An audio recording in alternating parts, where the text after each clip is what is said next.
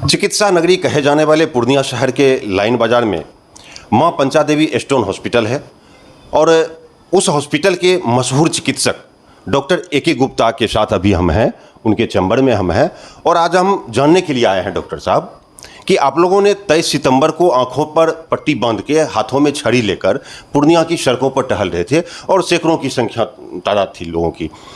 तो वो क्या था, वो क्या आप लोग मैसेज देना चाह रहे थे? पिछले 23 सितंबर को हम लोगों ने एक ब्लाइंड वॉक किया था। ब्लाइंड वॉक का मतलब लोगों को ये दर्शाना था कि अंधे लोगों की ज़िंदगी कैसी होती है।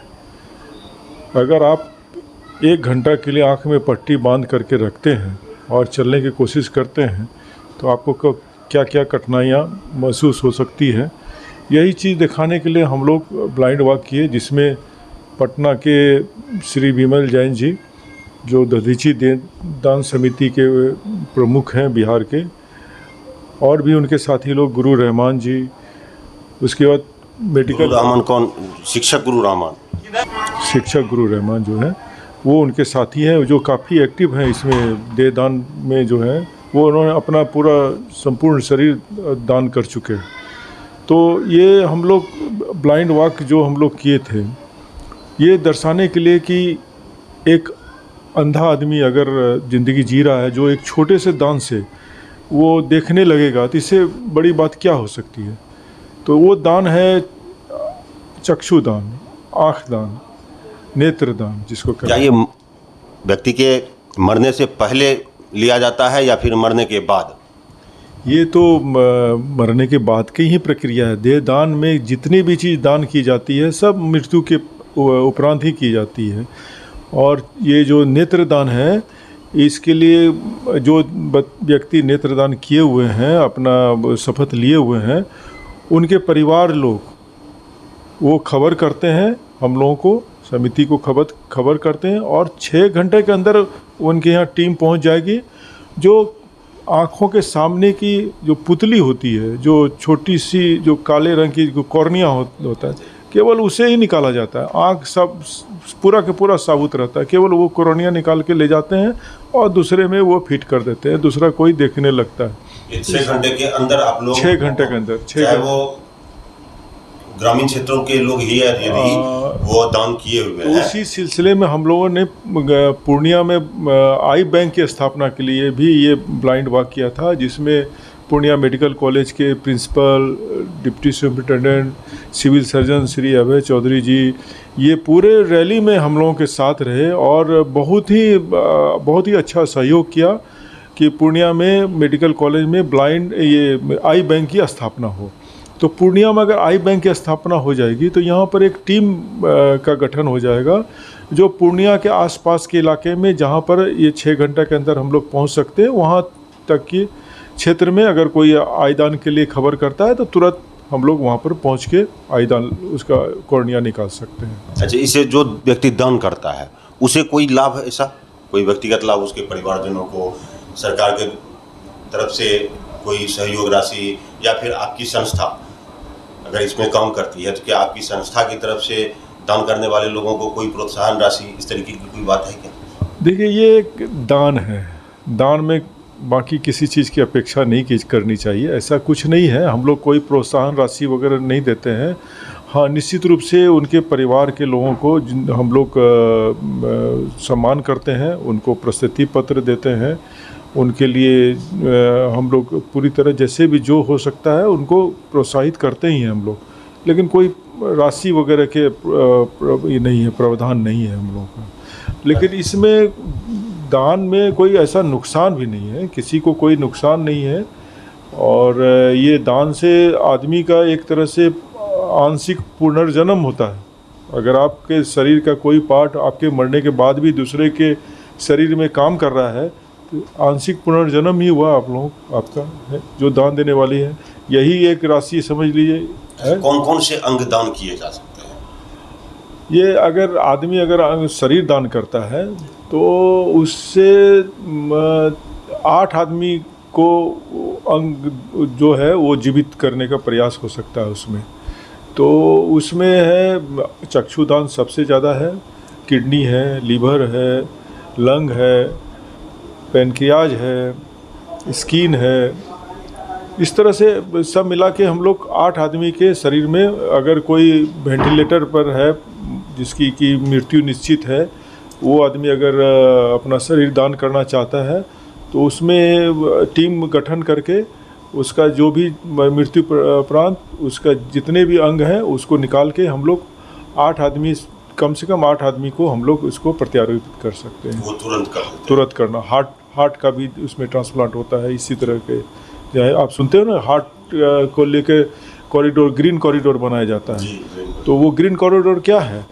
किसी दूसरे जगह में किसी ने अपना हार्ट को डोनेट कर दिया जो वेंटिलेटर पर है, वहाँ से टीम ने उसको तुरंत वहाँ से निकाला और उसको देन एंड देयर उसको जहाँ पर रेसिपिएंट है वहाँ पर पहुँचना है, उसी को ग्रीन कॉरिडोर कहते हैं। ये अभी पूरा अंगदान तो अभी बहुत ज़्यादा अभी नहीं है, पॉपुलर उतना नहीं है। लोगों के मन में एक तरह का संकोच रहता है कि हम लोग अंगदान कर देंगे तो क्या होगा, नहीं। वो लोग समझते हैं कि हम लोग को जीवित में करना है। ये भी नहीं है। मृत्यु पश्चात उसके पारिवारिक लोग सहमति देंगे तभी ये काम हो सकता है। अगर कोई व्यक्ति अभी वो चाहे कि हमको अपना अंग दान करना है तो क्या उसके लिए क्या प्रोसीजर है? कुछ नहीं, एक फॉर्म भरना पड़ता है, वह हम लोगों को खबर करे, दधीची देहदान समिति को खबर करे, वो फॉर्म भर के आधार कार्ड और एक फ़ोटो करके हम लोग को दे दे। उसका नाम हम लोग रजिस्टर में कर लेंगे, उसको एक सर्टिफिकेट मिल जाएगा, प्रस्तुति पत्र मिल जाएगा कि आपने अंगदान के लिए सहमति दी है।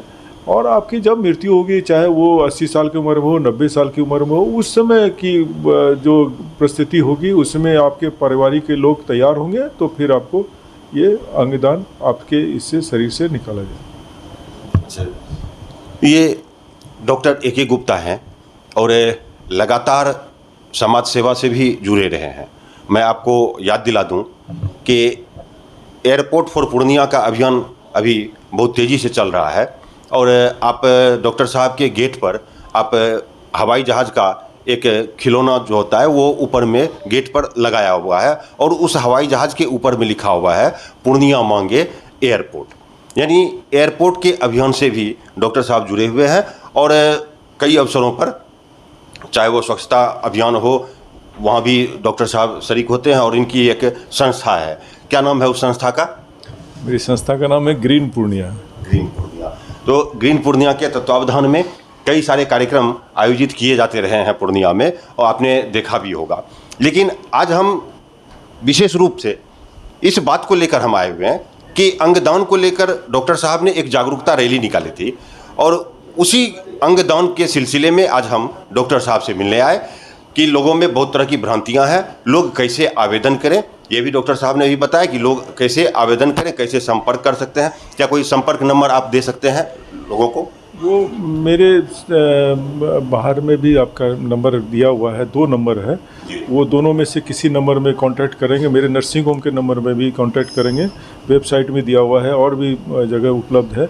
तो उस नंबर से खाली कांटेक्ट करेंगे, हम लोग देहदान करना चाहते हैं तो हम लोग उससे फिर आगे की कार्रवाई कर लेंगे हम लोग। तो अंगदान और नेत्रदान, ये अभी हम जीवित हैं और कल यदि हम मर जाते हैं तो मरने के बाद भी यदि हम अपना आँख किसी को दान दे दिए तो मेरी आँख उस दुनिया को देख पाएगी जो मेरे मरने के बाद ये संभव नहीं है देखना। ये एक तरीके से पुनर्जन्म है, ये पुनर्जन्म, आंशिक पुनर्जन्म है ये। इसलिए लोगों को नेत्रदान, अंगदान करना भी चाहिए। और तरह तरह की भ्रांतियां हैं। एक समय था कि जब रक्तदान को लेकर भ्रांतियां थी, लोग रक्तदान भी करना नहीं चाहते थे।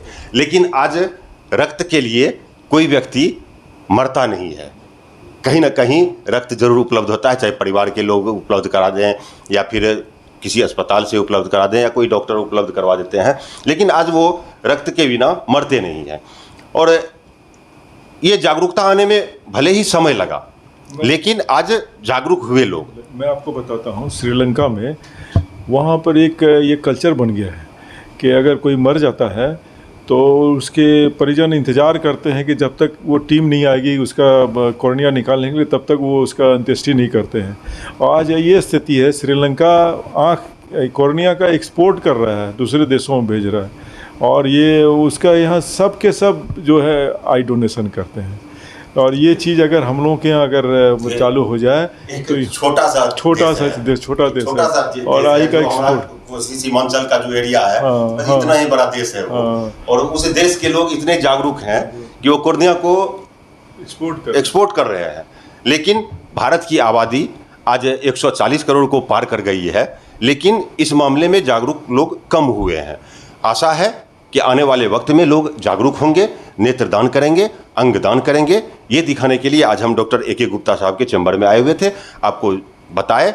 और जो भी प्रोसीजर है वो आप उस प्रोसीजर को फॉलो करें और अंगदान करने के लिए आप ज़रूर आगे आए। बहुत बहुत धन्यवाद, बहुत बहुत धन्यवाद।